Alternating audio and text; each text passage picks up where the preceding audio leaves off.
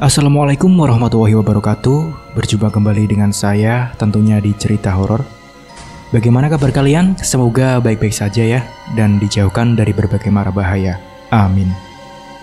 Nah, bagi kalian yang belum subscribe, silahkan subscribe terlebih dahulu supaya tidak ketinggalan cerita-cerita seram selanjutnya. Nah, di video kali ini saya akan membawakan cerita. Sebelum mulai ceritanya, seperti biasa, di dalam cerita ini semua nama dan tempat disamarkan demi menjaga privasi. Langsung saja, seperti apa ceritanya? Simak video ini sampai habis. Daripada penasaran, tak usah kelamaan lagi, kita masuk ke ceritanya.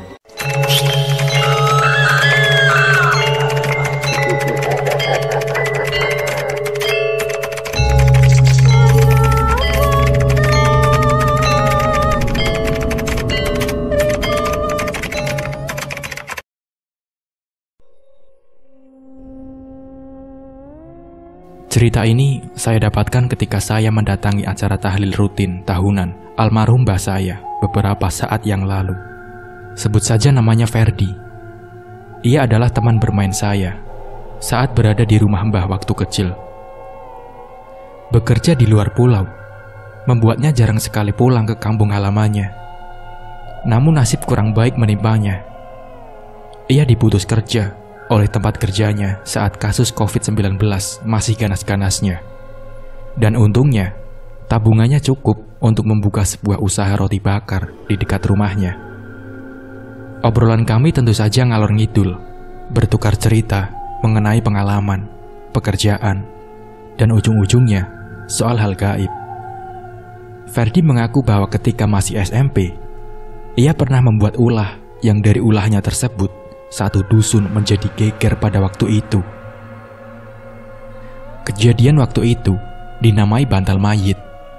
Ferdi mengaku bahwa sudah cukup lama ia memendam cerita ini, karena kisah dari kejadian itu adalah sebab dari kelakuan usil dan penasaran masa remajanya. Cerita ini menurut sudut pandang dari Ferdi. Waktu masih siang, aku dan teman-teman baru pulang dari sekolah. Seperti biasa, agenda kami setelah berganti baju adalah bermain pati lele. Lokasi kami bermain adalah berada di halaman rumah Pak Joko, salah satu orang yang memiliki halaman rumah luas yang ada di dusun kami. Saat kami sudah berkumpul dan baru saja memulai permainan, tiba-tiba ada sebuah pengumuman dari pengeras suara masjid. Innalillahi wa inna ilaihi roji'un. Innalillahi wa inna ilaihi roji'un. Innalillahi wa inna ilaihi roji'un. Telah meninggal dunia Bapak Suraji atau Takji. Jenazah akan dikebumikan setelah sholat asyar. Aku dan keempat temanku, Alif, Aldo, Ega, dan Tio, kompak menghentikan permainan. Takji nggak ada. Ayo lihat penguburannya, tuturku semangat. Ayo, saut teman-temanku. Tanpa mereka sadari, ada satu niatan usil yang kusimpan sendiri untuk kulaksanakan ketika makam nanti. Asar pun telah selesai. Kami sudah bersiap di depan masjid bersama warga yang lain. Sambil menunggu jenazah selesai disolatkan, aku mulai membuka cerita. Kamu percaya nggak kalau bantal mayit itu bisa datangin duit? Alah, ya ndak lah. Mitos tahun berapa itu? Ujar Ega. Memang Ega sendiri adalah orang yang mengedepankan logika daripada hal-hal gaib. Tahu, aneh-aneh saja kamu, sambung Aldo. Tapi, masa beneran? Tanya Tio penasaran. Ega dan Aldo melirik. Sementara Alif hanya diam saja menyimak. Ya beneran, ayo dicoba. Nanti aku ambil bantal mayatnya. Nanti malam dites kebenarannya. Gila kamu tak? Jangan cari masalah lah, bentak Ega. Lah iya, nanti kalau ada apa-apa gimana? Aldo pun ikut menyahuti. Sudahlah, berani atau enggak? Kalau emang kamu gak percaya, ya sudah, ikut nemenin aja. Balasku tak kalah semangat. Karena harga dirinya merasa direndahkan, akhirnya Ega dan Aldo menyanggupi untuk ikut menemani. Jadi begini, nanti gumpalan bulat tanah liat yang buat bantal mayat itu kita ambil. Malamnya jam 8, ayo kumpul di pos. Aku mau mencoba ajaran dari guruku. Mereka tidak menjawab, juga tidak membantah. Rupanya ada rasa penasaran sekaligus gengsi karena tidak ingin dicap penakut olehku. Setelah itu, jenazah sudah selesai disolatkan dan diberangkatkan. Kami mengikuti iring-iringan menuju makam. Sebelum jenazah akan dimasukkan ke dalam liang lahat, aku berpura-pura membantu proses pemakaman, mulai dari menurunkan jenazah ke liang lahat sampai menguburkannya. Saat akan menutup jenazah dengan dinding bambu, aku mengambil buntalan tanah liat yang menjadi bantal mayitnya. Tanpa ada yang melihat keanehan, prosesi pemakaman pun berjalan seperti biasa. Baru sepulang dari makam, kutunjukkan pada teman-temanku bahwa aku berhasil mengambil bantal dari jenazah Cak Ji. Sekarang, mari pulang. Nanti jangan lupa kumpul di pos jam 8 malam ya, tuturku. Kami menyanggupi, kemudian berpencar menuju rumah masing-masing. Sepanjang perjalanan pulang, sebenarnya aku ragu akan niatanku ini. Kok jadi takut sendiri gini ya? Batinku dalam hati. Namun sungguh rasa gengsiku saat itu terlampaui lebih besar daripada rasa takut yang membayangi. Sesampainya di rumah, kuletakkan bantal mayit itu di bawah pohon nangka samping rumah agar tidak terlalu mencolok. Saat mandi sekalian mencuci baju bekas masuk kuburan tadi, aku mencium bau seperti pandan yang lumayan menyengat. Padahal ibu dan ayah tidak pernah menanam tumbuhan pandan di sekitar pekarangan rumah.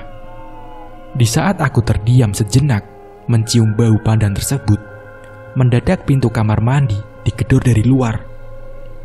Kalau mandi, jangan lama-lama, sudah mau surup itu loh, segera sholat maghrib, suara ibu dari luar. Bu, jangan membuat terkejut gitu napa sih? Balasku dengan nada agak tinggi. Namun tak ada balasan suara dari arah luar. Tanpa pikir panjang, akhirnya segera ku selesaikan mencuci baju dan mandiku. Azan maghrib pun berkumandang. Saat itu, aku lebih memilih untuk beribadah di rumah daripada di masjid, meskipun jarak antara rumah ke masjid cukup dekat. Karena setelah selesai sholat, aku mempersiapkan barang-barang yang akan kubawa ke pos nanti malam. Barang seperti dedupaan, minyak serimpi, dan batok kelapa yang sudah tersiap di bawah tempat tidur. Bagi yang penasaran, mengapa aku memiliki barang-barang seperti itu? Karena aku mengikuti salah satu perguruan bela diri di desa seberang, yang mana dalam proses pendewasaan diri nantinya, aku baru sadar bahwa hal yang kulakukan saat itu benar-benar sudah menjadi perbuatan yang salah di mata agama dan norma. Setelah dirasa cukup, aku menuju dapur untuk makan malam. Di sini aku kembali mencium bau aroma pandan. Kali ini lebih menyengat. Namun ku yakinkan diri dengan prasangka mungkin saja tetangga sedang memasak pandan, sehingga aromanya sampai ke rumahku. Sehabis makan, ku lanjutkan dengan sholat isya. Setelah selesai dan sambil menunggu waktu, aku pun membuat kopi. Ketika sudah mendekati jam 8 malam, aku pamitan kepada bapak ibu untuk pulang lebih larut karena akan ikut begadang di pos ronda. Ibu hanya berpesan, jangan pulang terlalu larut, karena ibu takut bila harus di rumah sendirian setelah ada tetangga yang meninggal. Mengingat bapak juga pasti ikut tahlil dan juga begadang di rumah almarhum Cak Ji. Agar ibu tidak rewel, aku iakan saja ucapan dari beliau. Setelah itu, aku berjalan menuju ke pohon nangka tadi. Kucek bantalan lemah mayat tadi. Ada sedikit aroma pandan di sekitarnya. Kuciumi gumpalan bulat dari tanah liat itu tak berbau. Sebenarnya ada perasaan sedikit merinding pada waktu itu Namun karena ada misi yang harus kulakukan, maka hal tersebut aku sebut sebagai bebauan biasa saja. Saatnya menuju ke pos ronda. Malam itu nampak berbeda. Hawanya dingin mencekam.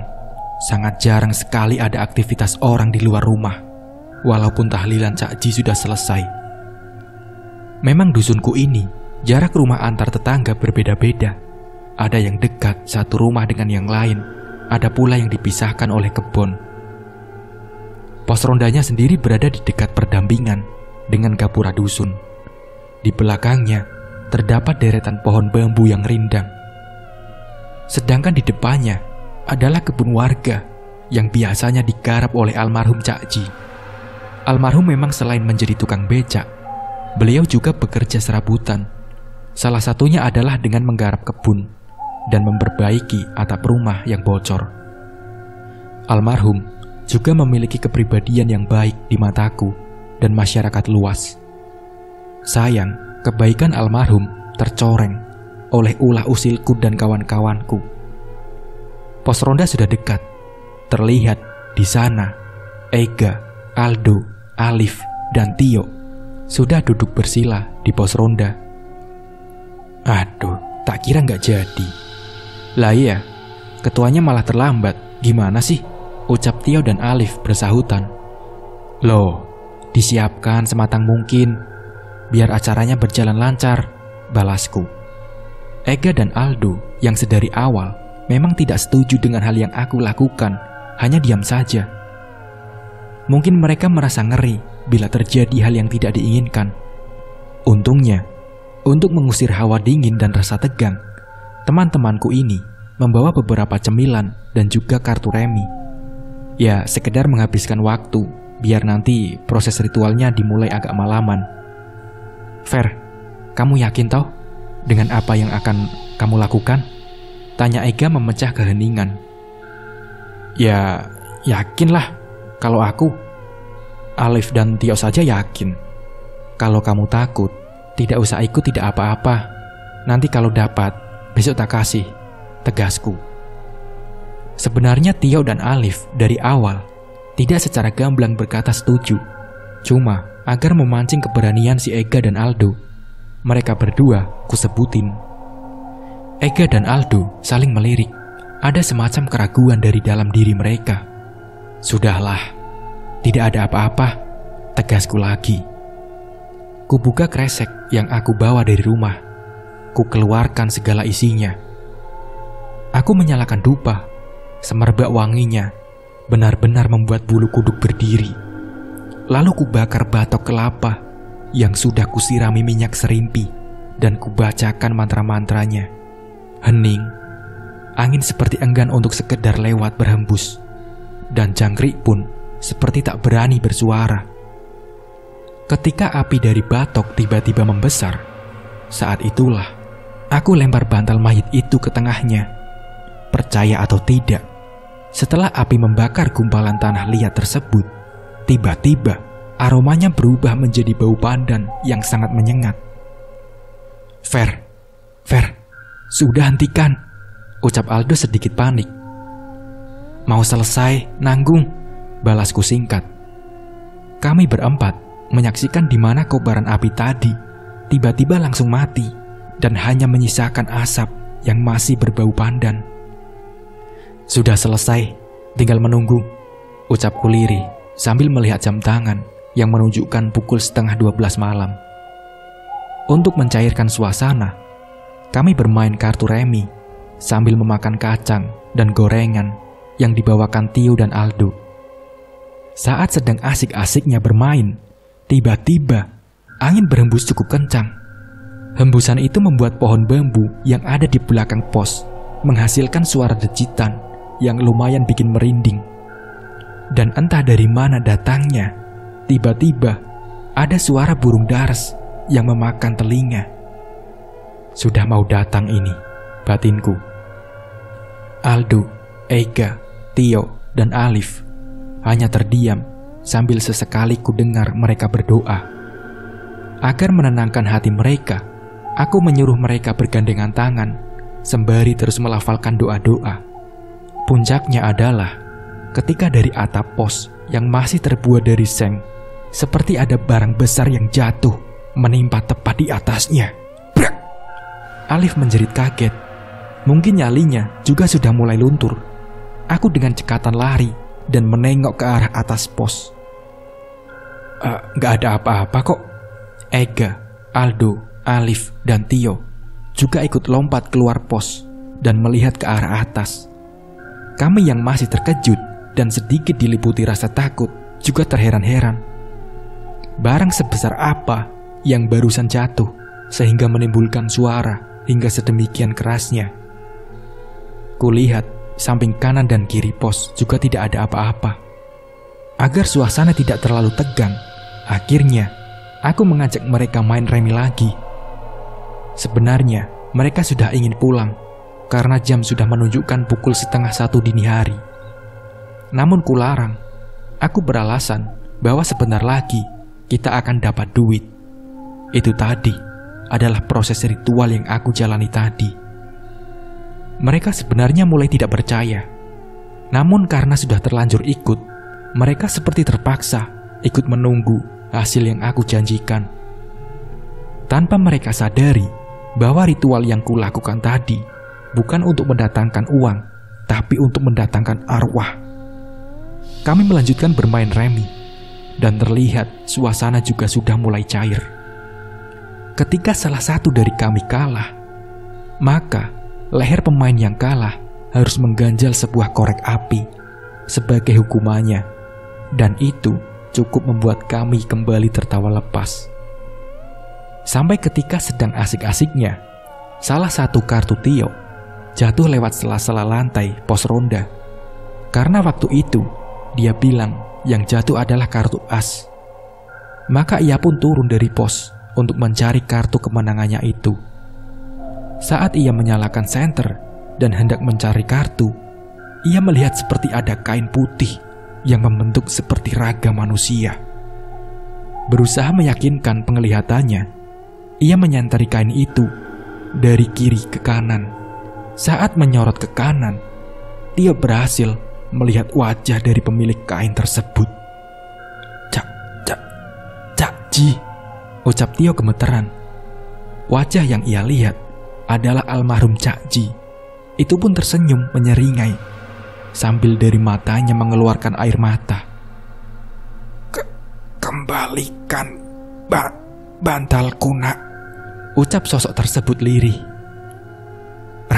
Rek, jancuk, pocong cuk, teriak Tio histeris. Kami semua yang ada di atas pos langsung turun dan memperhatikan bawah pos. Dengan keadaan yang sama, kami semua dapat melihat sosok pocong yang menyerupai almarhum Cak Ji. Nak, kembalikan bantalku. Kami semua berteriak histeris dan lari tunggang langgang meninggalkan pos. Kami semua lari, pulang menyebar ke rumah masing-masing. Sesampainya di rumah, aku langsung membasuh kaki dan tangan, kemudian masuk menuju kamar ibuku. Ibuku yang tahu biasanya aku tidur sendiri, menanyakan kenapa aku tiba-tiba tidur di kamarnya. Aku jawab dengan gelengan kepala. Dalam ketakutanku, aku menutupi wajahku dengan bantal. Bayangan wajah dari sosok tersebut sungguh benar-benar di luar dugaan. Besok, aku ke rumah guruku saja. Aku kapok, tidak mau mengulanginya, gerutuku dari dalam hati. Sampai dalam keadaan antara takut dan ngantuk itulah, akhirnya aku bisa benar-benar tertidur. Keesokan paginya, aku bangun dalam keadaan badan sakit semua. Mungkin ini efek dari ritual tadi malam, pikirku. Karena saat itu libur semester, jadi aku berniat pergi ke rumah teman-temanku. Setelah sarapan, aku pergi ke rumah Ega. Namun ketika sampai di sana, rumahnya masih ditutup. Aku belok ke rumahnya Aldo.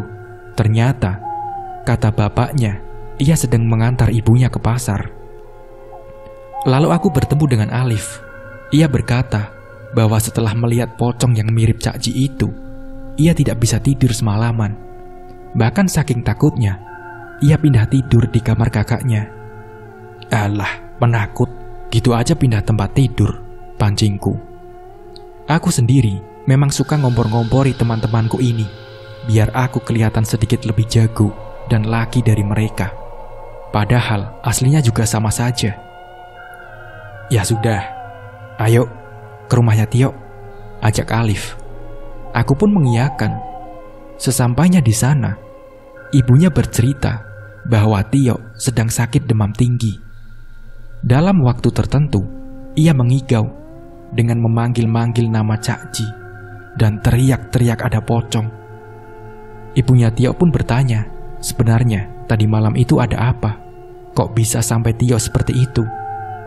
Aku dan Alif saling pandang. Namun agar tak terkena omelan ibunya Tio, aku pun menjawab bahwa memang semalam kami di pos ronda hanya kumpul-kumpul biasa. Cuman waktu Tio hendak mengambil kartunya yang jatuh di bawah pos, ia melihat sosok pocong yang wajahnya katanya mirip almarhum Cak Ji. Alif pun mengiyakan ceritaku. Ibunya menghela nafas panjang, kemudian berkata, "Besok-besok hati-hatilah nak. Masa iya tali pocongnya lupa dilepaskan?" kata ibunya Tio. Kalau itu saya juga tidak tahu, Bu." "Ya sudah, kalau gitu saya dan Alif pamit dulu ya, Bu.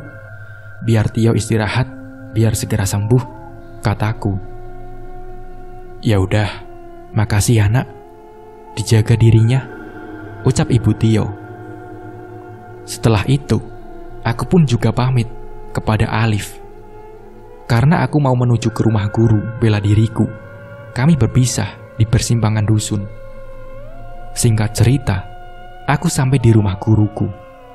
Aku menceritakan kejadian tadi malam beserta proses ritualnya. Raut muka guruku tampak merah padam. Namun beliau tidak sampai emosi. Beliau hanya menghela nafas panjang, menyalakan sebatang rokok, kemudian menghisapnya dalam-dalam. "Ini juga salahku, karena aku yang memberitahu ilmunya. Yang sudah biarlah sudah. Kita tunggu sampai 7 harinya. Setelah itu, kita selesaikan semuanya," kata guruku. Aku hanya menunduk. Tanpa sadar, air mataku juga menetes. Aku sadar, aku telah salah. "Sekarang, pulanglah. Beritahu keluarga dan teman-temanmu. Jangan sampai keluar rumah di atas jam 9 malam," pesan guruku. Aku mengangguk tanda paham apa yang beliau pesankan. Setelah salim, aku langsung pamit. Tak lupa, aku mampir ke rumah teman-temanku untuk menyampaikan pesan dari guruku. Walaupun orang tua mereka nampak aneh dan heran, namun aku meyakinkan mereka bahwa dalam 7 hari ke depan akan ada sesuatu yang buruk. Setelah itu, aku pulang ke rumah. Di sana, ibu dan ayah sudah menunggu. Setelah aku ceritakan semuanya, runtutan kejadian semalam, sudah pasti aku mendapatkan amukan besar dari bapak dan ibu. Bahkan satu tamparan keras ayah mendarat di pipiku. "Anakku kurang ajar. Kalau sudah begini, terus bagaimana? Dusun malah jadi tambah menakutkan," bentak ayahku. Aku menerima dan pantas mendapatkan tamparan atas kebodohanku. Aku hanya berkata bahwa guruku akan membantu setelah lewat acara 7 hari tahlilannya almarhum Cak Ji. "Selesaikan apa yang sudah kamu mulai. Ketika semua sudah selesai, keluarlah dari perguruanmu itu," bentak ayahku lagi. Aku pun mengangguk. Memang aku juga sudah kelewat batas. Dan kejadian ini juga benar-benar mengubah hidupku. Siang berganti sore, sore berganti malam, hingga saatnya tiba acara tahlilan di rumah almarhum Cak Ji. Aku ikut sebagai salah satu cara penebusan dosaku untuk almarhum, karena sudah berbuat tidak benar. Di sana juga ada ayah dari Ega, Aldo, Tio, dan Alif. Mata mereka menatap tajam ke arahku. Mungkin mereka sudah tahu cerita yang sebenarnya yang kami lakukan pada malam itu. Sepanjang tahlilan, aku banyak menunduk karena terus-menerus dilihat oleh ayah dari teman-temanku itu. Setelah tahlilan selesai, aku langsung pamit pulang duluan. Tak lupa pula, aku geret bapakku. Setelah sampai rumah, aku menceritakan pesan guruku kepada bapakku bahwa jangan sampai ada yang keluar rumah di atas jam 9 malam. Mula-mula bapak tidak percaya, namun cerita yang berkembang di keesokan harinya merubah suasana dusunku dalam sekejap. 2 korban teror. Pertama adalah seorang pedagang tahu dan seorang warga yang jaga ronda. Kita mulai dari pedagang tahu dulu. Di dusunku memang ada penjual sate dan tahu yang kadang lewat pada malam hari. Jamnya pun tidak menentu, kadang jam 8, 9, bahkan pernah jam 11 malam. Waktu itu sudah jam 11 malam. Ia mendorong gerobaknya sambil memukulkan sendok ke wadah kerupuk yang terbuat dari seng. Saat melewati pos ronda, ia melihat 1 orang. Kemudian, orang tersebut pesan 2 porsi tahu. Beliau membuatkannya dan orang tersebut berpesan bahwa tahu itu dimakan di situ saja. Selesai dibuat dan dihidangkan, orang tersebut pun makan tahu tersebut dengan pelan-pelan. Sambil menunggu orang tersebut selesai makan, pedagang tahu itu memeriksa kompornya. Saat akan menutup kompornya, orang yang membeli tahu tadi berucap, "Pak, sudah." Ketika ia berdiri dan melihat ke arah pos, ia melihat sosok pocong sedang membelakangi dirinya.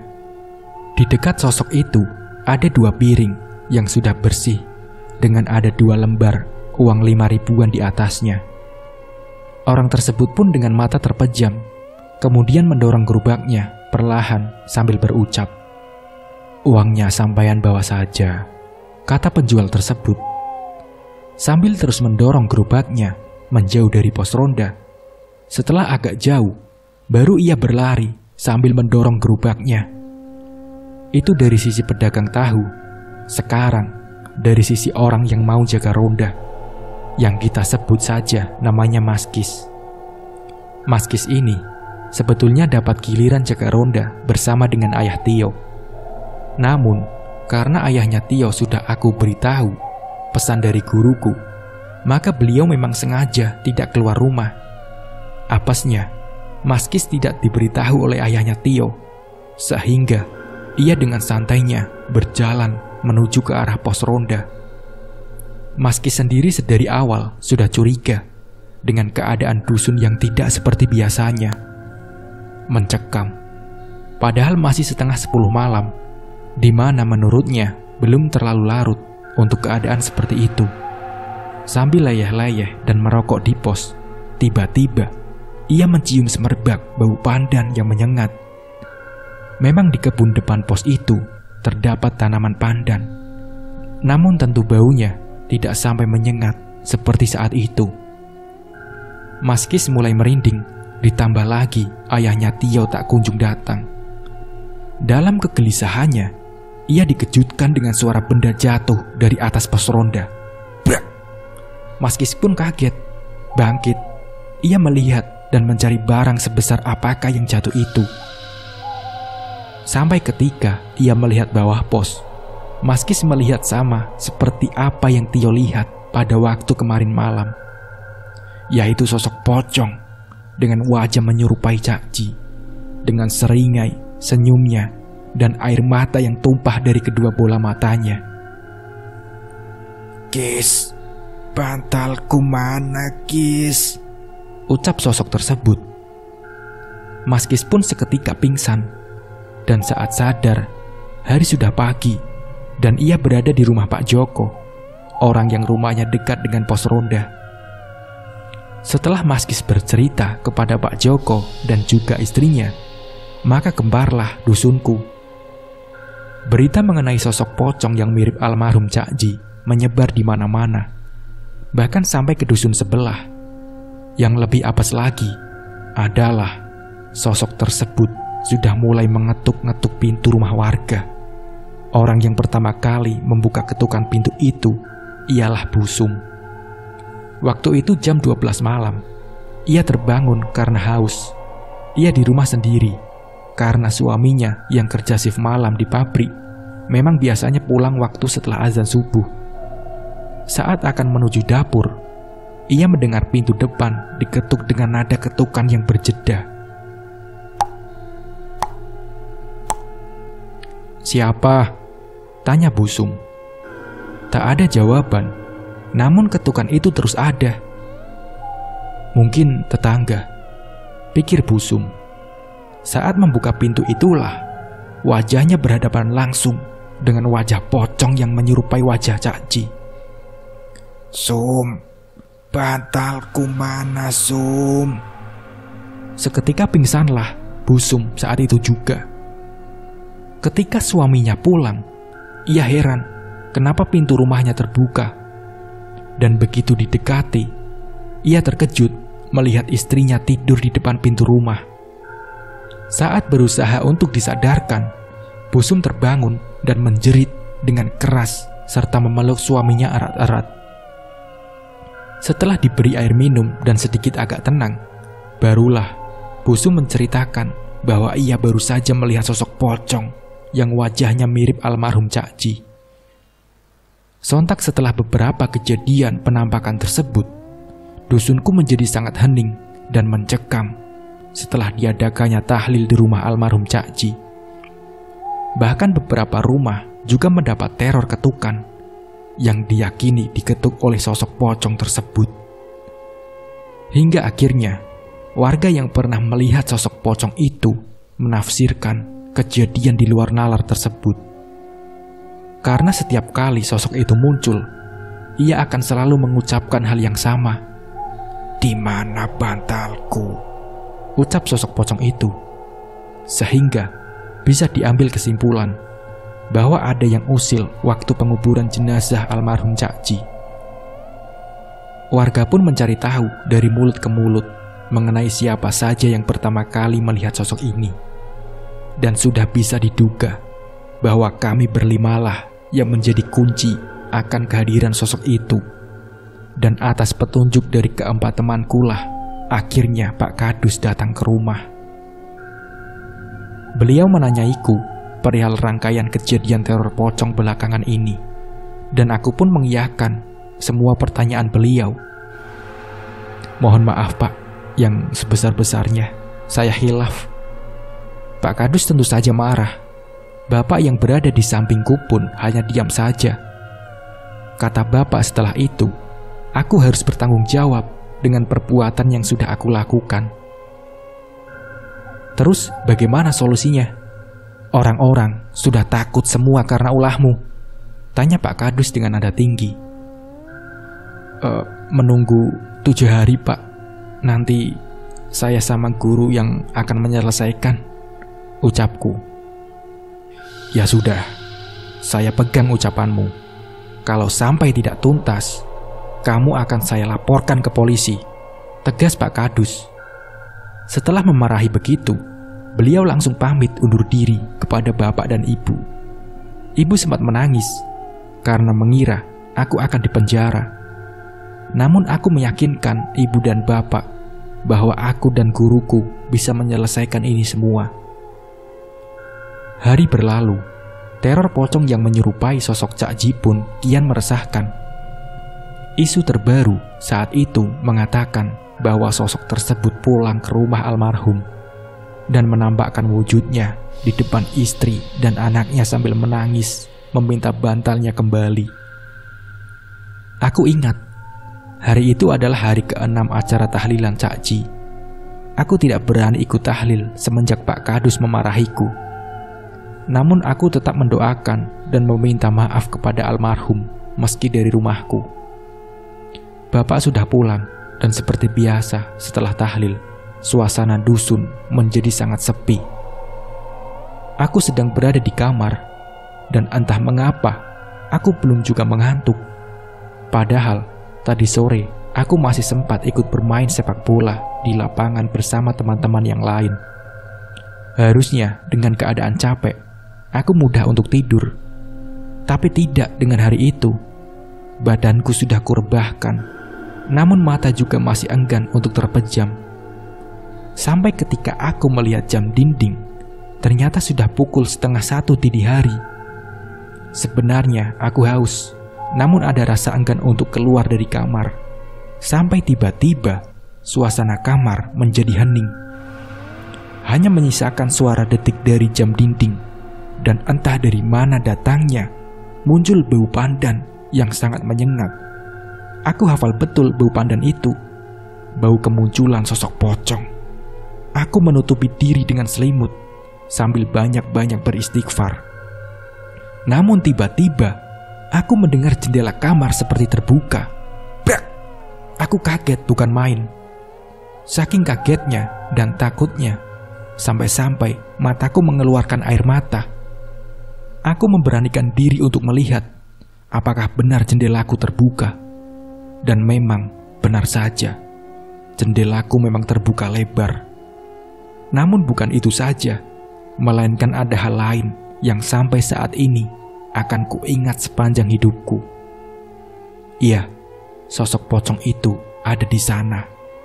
Dia berdiri tegak, kainnya kotor kumal, baunya menyeruak aroma pandan yang kadang diselingi aroma bangkai. Wajahnya hitam, sorot matanya memerah, seakan-akan ada rasa amarah yang begitu besar terhadapku. Kembalikan bantalku, ujar sosok itu. Namun kali ini dengan nada kasar dan serak. Iya Cak Ji. Besok saya kembalikan, balasku dengan mata terpejam. Jujur, kalau diingat, aku masih sangat merinding. Setelah aku mengucapkan begitu, jendela seperti ditutup dalam keadaan dibanting. Brak! Aku menangis sejadi-jadinya. Yang kemudian bapak datang masuk ke kamarku. Setelah menenangkanku, aku bercerita bahwa sedari tadi ia juga merasakan hawa yang tidak enak. Kemudian bapak pergi untuk sholat tahajud. Di sela-sela sholat itulah bapak mencium bau pandan yang sangat menyengat. Teringat bahwa itu suatu pertanda bapak pergi ke kamarku. Namun ketika sampai di pintu kamar, bapak tidak bisa membukanya. Bahkan bapak sampai menggedor-gedor pintuku agar aku mau membukakannya. Padahal pintu kamarku itu tidak dalam keadaan terkunci. Bapak kemudian berdoa, yang kemudian tiba-tiba pintu kamarku bisa dibuka. Mungkin karena bantuan dari doa bapak lah, sosok itu kemudian menghilang. Ya sudah, bapak akan tidur di sini. Kamu lanjut tidur ya, kata bapak menenangkan. Akhirnya aku pun bisa tidur dengan tenang pada malam itu berkat bapakku.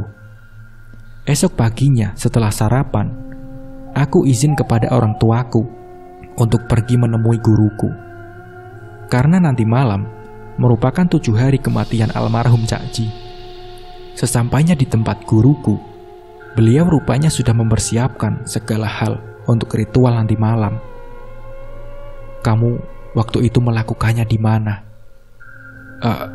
Di pos ronda, bah. Ya sudah. Nanti setelah tahlil, ayo kita ke sana.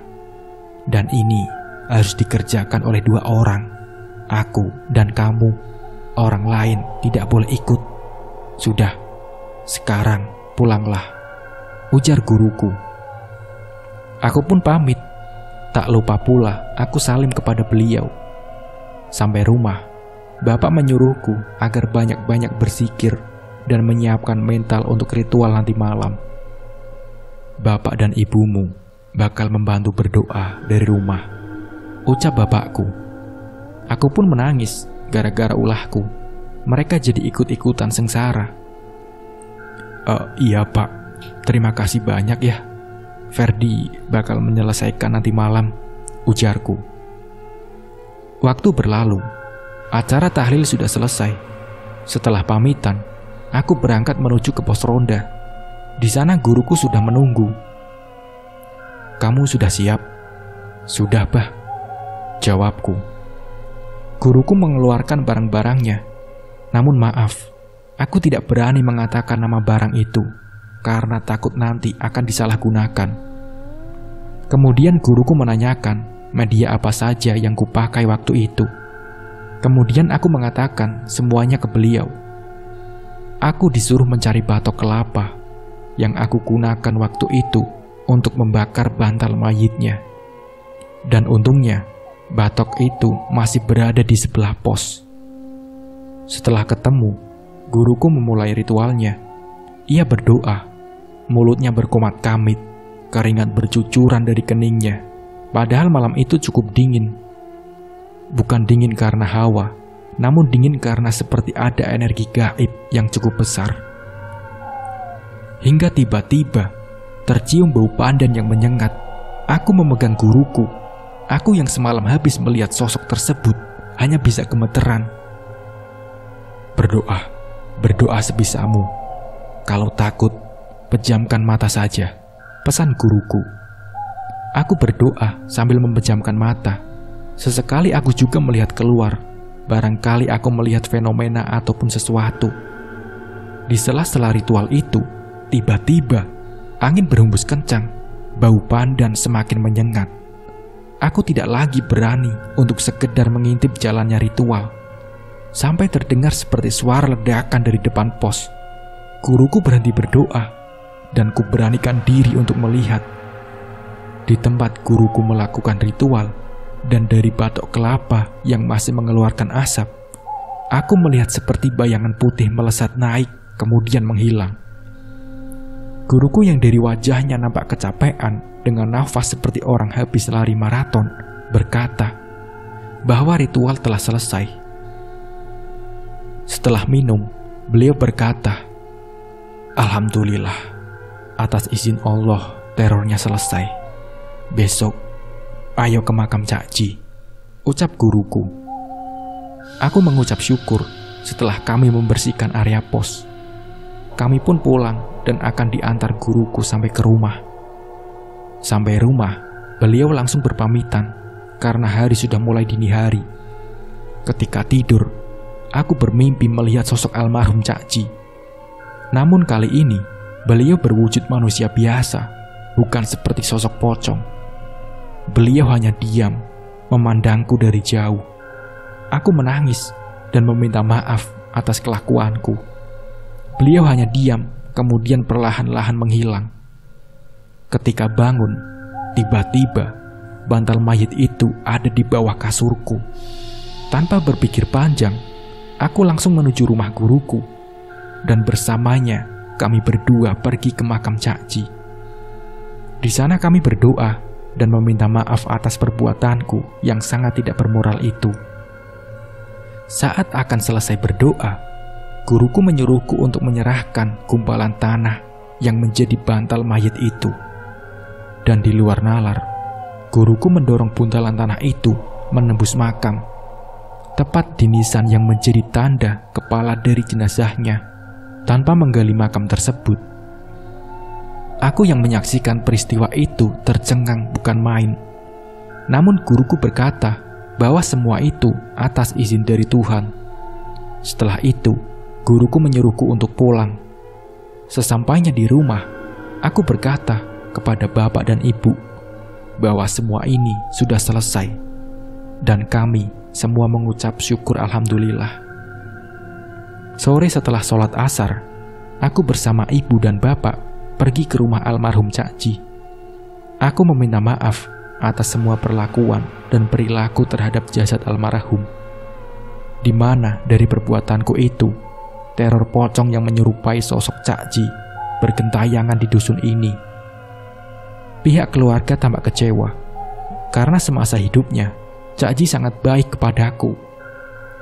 Namun karena aku bilang bahwa semua ini sudah berakhir, pihak keluarga akhirnya mengikhlaskan. Semenjak kejadian itu, hubunganku dengan keluarga almarhum terjalin semakin erat. Aku sering mengirimi mereka makanan atau sekedar membelikan jajan untuk anak almarhum yang paling kecil. Itu semua kelakuan semata-mata untuk penebusan dosaku kepada almarhum di masa lalu. Sedangkan hubunganku dengan teman-temanku malah kebalikannya. Kami seperti acuh tak acuh selepas peristiwa itu. Bahkan Tio kini sudah tidak lagi menyapa atau membalas sapaanku ketika kami berpapasan atau sedang dalam acara yang sama. Bahkan setelah aku pergi bekerja merantau keluar pulau, dalam lamunanku, kadang-kadang aku juga merindukan teman-temanku. Namun aku juga sadar diri, mereka begini tentu karena ulahku pada waktu itu. Hingga akhirnya, aku kembali ke dusun. Hanya Alif yang sesekali mampir untuk membeli daganganku. Dan alhamdulillah, berkat Alif, aku bisa sedikit mengobati rasa rindu pada teman-temanku. Memang, terkadang rasa penasaran manusia melebihi batas kemampuan dari manusia itu sendiri. Sehingga, dari rasa penasaran itu, timbul berbagai macam hal yang tidak terduga. Beberapa di antaranya bisa mengubah kehidupan seseorang. Nah, seperti itulah ceritanya. Semoga ada hikmah yang bisa kalian ambil dari cerita ini. Mungkin cukup sekian dari saya. Wassalamualaikum warahmatullahi wabarakatuh.